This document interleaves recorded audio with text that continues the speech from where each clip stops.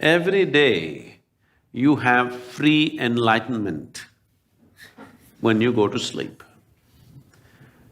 But the problem is you're unconscious. So the sadhana essentially is just this, that from wakefulness when you go to sleep, a certain part of you goes to sleep, a certain part of you, if it still stays awake, then you made it. Otherwise, when you wake up, a certain part of you still continues to sleep, then you made it. If you're awake and fast asleep at the same time, you're asleep and awake at the same time, this is called Turiya.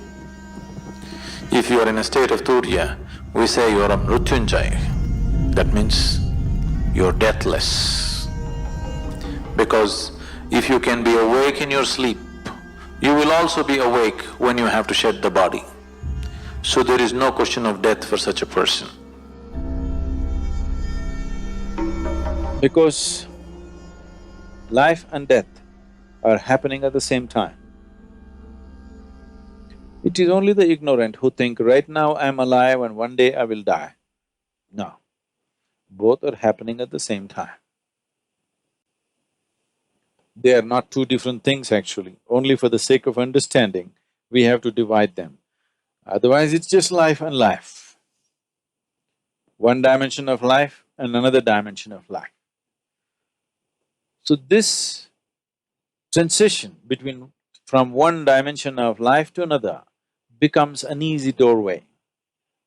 Every day you have this doorway available to you, that is, between wakefulness and sleep is as good as life and death. If you know how to exploit this doorway, if you stay alert till that last moment, do you ever know when you actually slept off? You think you're there, but after some time, you don't know when you slept.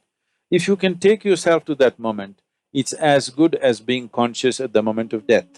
You master your mortality if you just manage to stay awake when you slip into sleep.